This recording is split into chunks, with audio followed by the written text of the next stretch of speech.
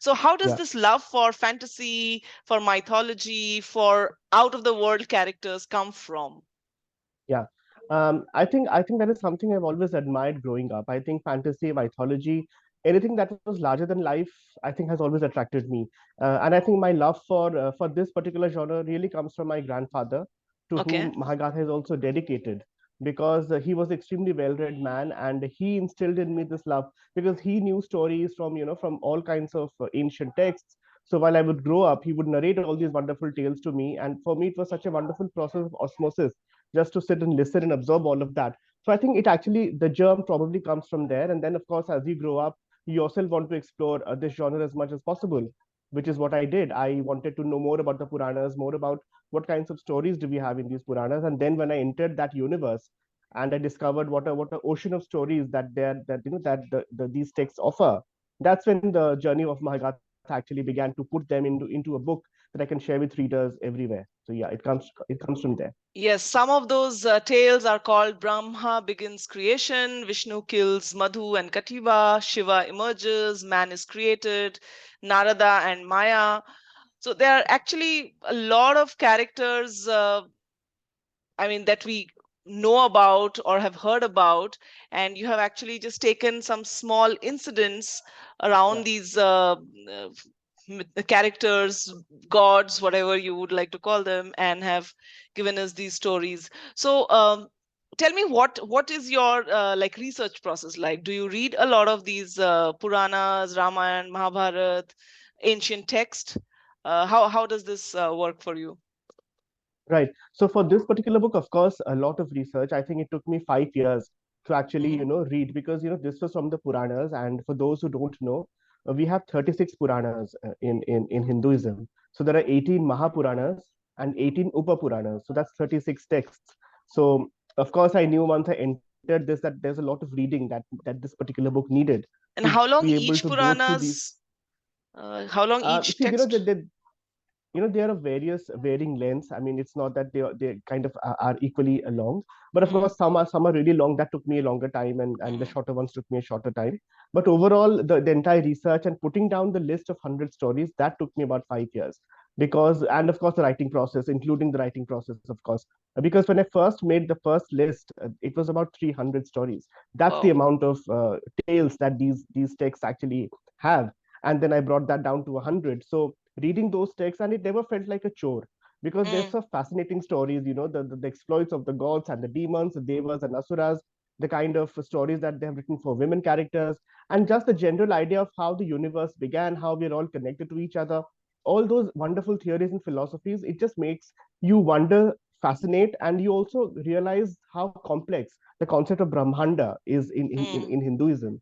That for me was the most rewarding part of it. I think that just to enter and just to find out how wonderful these texts are, and there's so much wisdom that is still Yeah. relevant even today.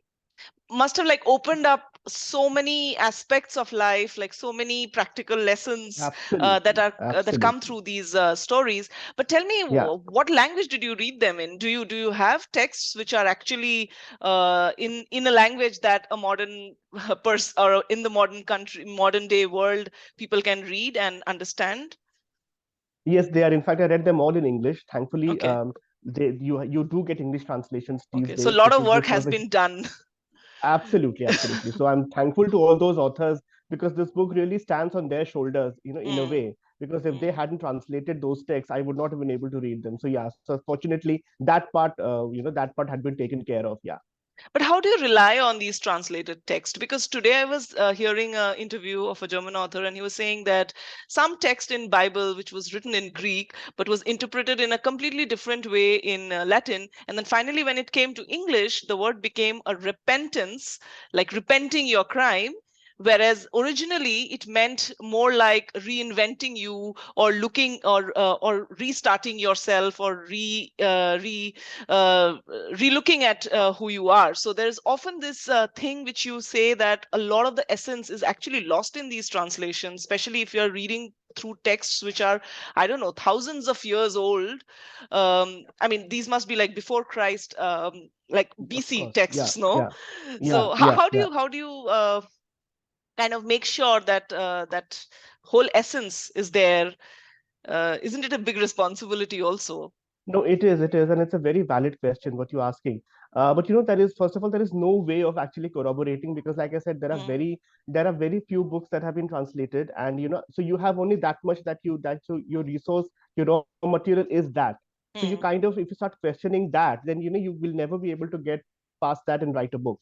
So mm. also keep in mind that even within the Puranas themselves, there is no uniformity of thought in terms of the Yes, stories. Like yes. one particular story will have a million versions across different Puranas. So it's Mm, not like there is one great story, that's one great gospel truth, which is what we have to give our readers to. So that, for me, that also made my job easier, because, like I've said, even in my author's note in the very beginning of the book, I've said that what I'm presenting is only one version of a possible million versions that exist. So you need mm. to understand that. So when that is what you call, a plurality of voices already existing within the Puranas, when Absolutely. there is all of Yeah. that, then you kind of, what you need to do is, then you need to stick to one particular thread of narrative, because then you need to make a choice. What narrative are Mm, you choosing, and where does that take you? So once you stick to that, you commit to a certain narrative, one particular set of incidents and characters, because I wanted this book to be a chronological retelling of the stories, because okay. generally these are a very random collection of tales. But Mm, for me, what was important was to give them some sort of a timeline, because when you read that in that particular process, in that particular way, you realize that these stories are actually connected to each other. mm, Nothing is happening randomly. There's no isolated occurrence, there's no isolated episode. Every story has a past and a future. Every mm, story has a cause and effect. So if mm, something is happening in Satyuga, then mm. that repercussion takes place in 4 yugas later in Kali Yuga.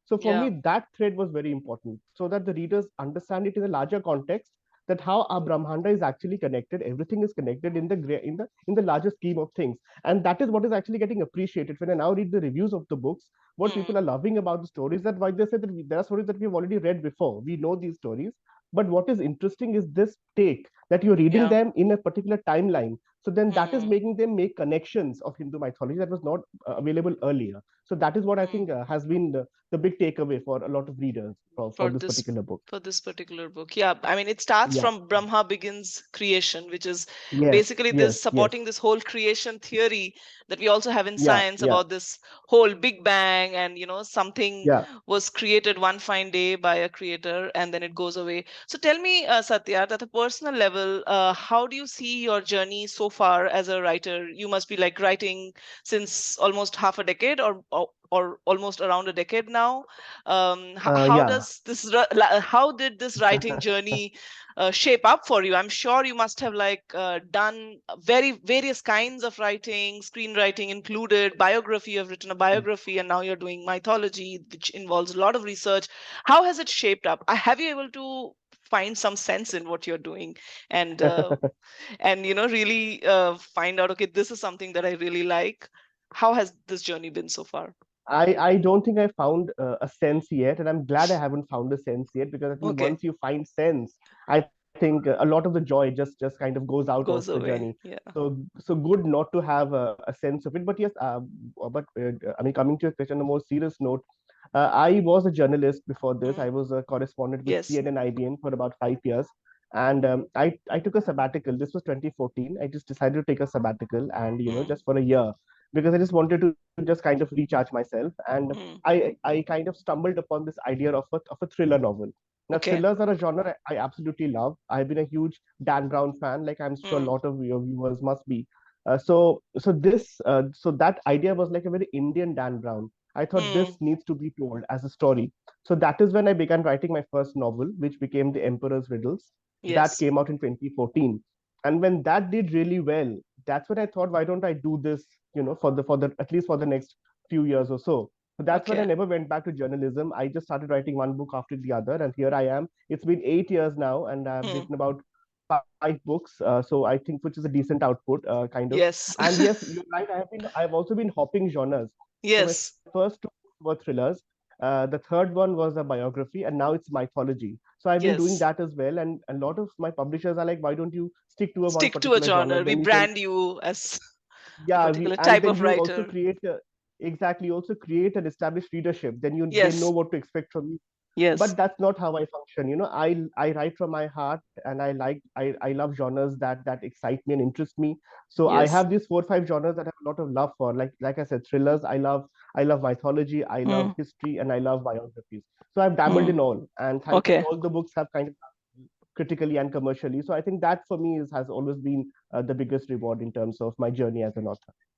Great. I think a lot of journalists have become successful authors, and thank God for that. I mean, maybe it's a, I mean, the news world's loss is probably publishing world's gain, or the way you would like to put it. Yeah, Uh, but sure. um, but moving ahead in this genre switching thing that you have been doing. So, what kind of, let's say, preparation does an author need to be confident in writing across these genres? And you have been mostly traditionally published, which is actually Yeah, a very few percentage of writers nowadays dream to, because there yeah, is just yeah, not enough capacity, I mean, yeah, yeah, it's yeah. just the mid list, and even if there is not so much visibility for an True, author to true, make. true. So Yeah. how do you prepare yourself, and how do you make sure that your publishers are with you in this journey? Does being a screenwriter help? Does being an ex-journalist help in this?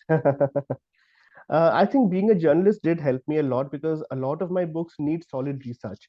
Hmm. So that aspect comes from being a journalist, where you knew that for every story you need to have it fully researched so that you know what you're talking about, and everything needs to be completely true, as much as possible. So definitely the research part comes from my being a journo. Journalism training. Screenwriting actually happened much later. So I think Hmm. that has been an output of my writing books. So that came much later, Okay. and that is a different ball game altogether. We can talk about that. How screenwriting is totally different ball game, and cracking that code itself is quite a thing. But how do you prepare yourself? I don't think you can really prepare yourself. Hmm. Ultimately, you should be excited about what you're writing. I think that really is the core. That the Hmm. topic, whatever that you have chosen to devote a year or 2 years of your life Hmm. behind that should be such a compelling thought that it kind of grabs you by the collar and says, sit down Yeah, and write. So absolutely. that really is what really drives you. If you found that to pursue, everything else kind of then falls in place. So you need to have that. In fact, many people come and ask me, that we started writing a book and then we are not able to finish it, we're stuck midway. What do we do? I said the problem is that you got so carried away with the idea, you Of never writing realize a that it book. probably Yeah. will not translate into a full-fledged book or a novel. So when you Hmm. get a great idea, and see, the mind is a fertile place to be. It can give Yes, you 10 ideas in a day. What do you absolutely. choose out of that, and what can be put together as a book is what that judiciousness needs to be there when you make a call. And you're right, I've been very lucky to have been published traditionally so far. Whether it's been Amaryllis for my first two novels, which were Hmm. thrillers. Devi was published by Penguin, and now Mahagatha with HarperCollins. So extremely lucky and feel extremely blessed that I have been able to at least crack the publishing game so far. And I hope this streak continues, and it also kind of makes me feel a lot more responsible. That Hmm. if I'm in that position where I can get published, then I better pull my socks up and make sure that whatever I put out there is something Works. that Yeah. will make a difference for my readers when they read it. So that always remains the core ambition when I write. Yeah. What connects you to your reader? As in, where do you think a reader really connects deeper with the author and looks beyond the book and actually wants to know you? Because I think we live in a very different world these days. I mean, we did not grow up like this. I mean, we used to read books, Yeah. but we didn't even know how the author looked. I think for a longest time, a Sure. lot of the authors we read, we didn't even know their Absolutely. genders. Absolutely. Yeah. Yeah. We Yeah. didn't Yeah. even know Very whether true. he's a girl or a boy. We didn't even know the True. genders True. for a True. very long time. At least that Yeah. happened with Yeah. me. No. But No. now, Same here. Yeah. Yeah. but now it's like it's this whole mad rush of Mm, growing mm, readership, mm. Yeah.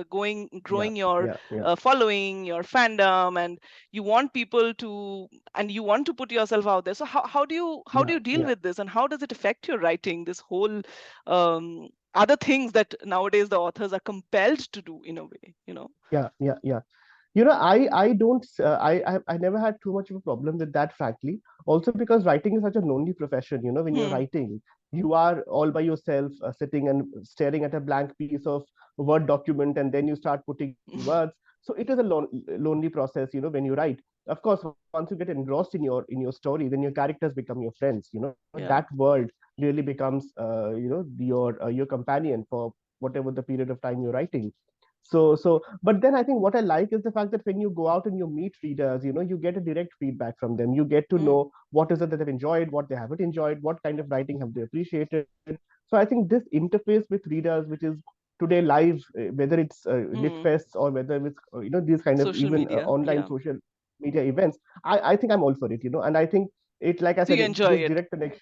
I do. I think it's a very symbiotic relationship.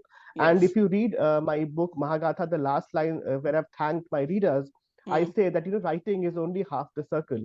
It's Yes, you when you complete. read that the circle completes itself. You So it's complete it. always Yeah. nice when I meet the other half, which is my Yes. reader. So for me, that Very well that said. symbiosis Yes. then kind of completes itself. So yeah, so Yes. so I think I enjoyed that. Yeah. Yes, I mean, no point. So let's say with fame comes a lot of attention, and there comes a lot of Yeah. things that you can't do, which you would normally do. But then with Sure. this Sure. responsibility, it's also a big privilege. There's this saying that Absolutely. art Absolutely. is a crushing chore, but it's also a great privilege. You know Oh yeah, that wonderful. that That's uh, that wonderful. Yeah. someone Yeah. is Yeah. able Yeah. to create art and write or do whatever. It's also a big privilege, even if it feels like a Absolutely. chore or even if it feels exhausting, Absolutely. overwhelming Absolutely. I at mean, to be some able to point. create stories and characters that, like, even with Mahagatha, the kind of reviews I'm getting, there's a wonderful review that recently came where a daughter said that when she was young, her mother would narrate stories to her, and now her Hmm. mother can't see. She's gone blind, and now she said, I sit next to her and I take up Mahagatha and I'm reading those stories back to her. Wow. So so when you see that your book is not just influencing one generation, but somewhere Hmm. finding a place in the heart of an elder generation. Things like that is what really a writer craves for. And when you Absolutely. get that kind of adulation, you know that your book is somewhere making. See, I think ultimately for me, if you ask, the purest duty of a book is to Hmm. make us all feel a little less alone. That is what Hmm. art does actually. Art, Yes. the at the very core, art's Hmm. job is to make us all feel a little less alone, whether it's cinema, whether it's paintings, whether it's music, Yeah. or whether it's literature. So if you are able to do a fraction of that through your writing, then I think there's nothing really like that. I think is the biggest hype for any writer. Yeah. Did you always know you want to be a writer? I've always loved to write. Like I said, my grandfather really opened the world of literature for me. So I used to love reading as a very young Hmm. child, and then Hmm. writing organically followed. And I have been a Organically literature fun. student. Yeah, so I have always loved the written word. So, and once you love reading, you do want to emulate those big masters Yes. and see if you also follow their footsteps and create your own world of stories. So that is an organic extension, anyways. So yeah, I've always enjoyed that, and I'm glad that now this is what is a huge chunk of my life, and I feel very blessed that way. So what you're doing next, what you're writing next, have you already started thinking about it, or you are still in the mode where you have to stabilize all the work that you have done for Mahagatha, do So more Mahagatha, interviews, go to Litfest? Do you still have to do yeah, all yeah, yeah. that? That of course will happen for the next 2 months because we have been promoting Mahagatha, everywhere, and so that of course is a part of my daily ritual right now. Yes. Besides that, I am working on a web series we are doing, which again is Mytho. Wow. So that is very exciting. I did a series before that on television. It was called Porus, which came Yes, on I was Sony. reading It was about a this. huge, Yes. yeah, it was a huge historical television series, Yeah. which was a lot of fun. So this web series is again very exciting because it centers on a central one of the characters from Mahabharata, Mm-hmm. how we are placing him in a modern context. So that I think is a very exciting idea. So that is keeping me occupied. And there is a biography that I am also working on, which is again a Bollywood legend, after Devi. Again, a wonderful artist and someone that one has grown emulating and loving the kind of work that you have Hmm. seen on screen. So that Hmm. again is very exciting. So yeah, so these are the projects as of now that I kind of are just keeping me totally occupied. Yeah, I wish you all the best, and I'm sure there will be more coming from you, and there's a lot Yeah. more writing that's due from you. I'm sure Sure, eight sure. years, five books, many more to come, and yeah, Hopefully. wish you all the best, and thank you so much for being here. Any last words for the readers, or for readers in general, for readers and authors in general, who are out there? I would just say, just keep reading, keep supporting us, because unless you guys read, we really have nothing to look forward to. So support your local bookstores, go and buy books as much as possible. A world without books or authors would be a very, very sad world to live in. So do keep that in mind. Read as much as possible. And yes, since I have to promote Mahagatha, I'm sorry, we need to plug that in. So if you love mythology, check out these 100 stories from of Mahagatha. They will, like I said, make you connect the dots of Hindu mythology like never before. So I Mhm. think you'll enjoy those stories. Yeah, and just keep reading, and hopefully we'll see each other again at the next literature festival, or maybe again through watermelon. So hopefully that Writer's happens. melon. Thank you. Yes. Writer's melon. Sorry. Writer's melon. Thank you so much for joining Writer's Melon and Author's Corner, Satyarth Nayak. I wish you all the best. Have a nice day. Thank you. Thank you so much.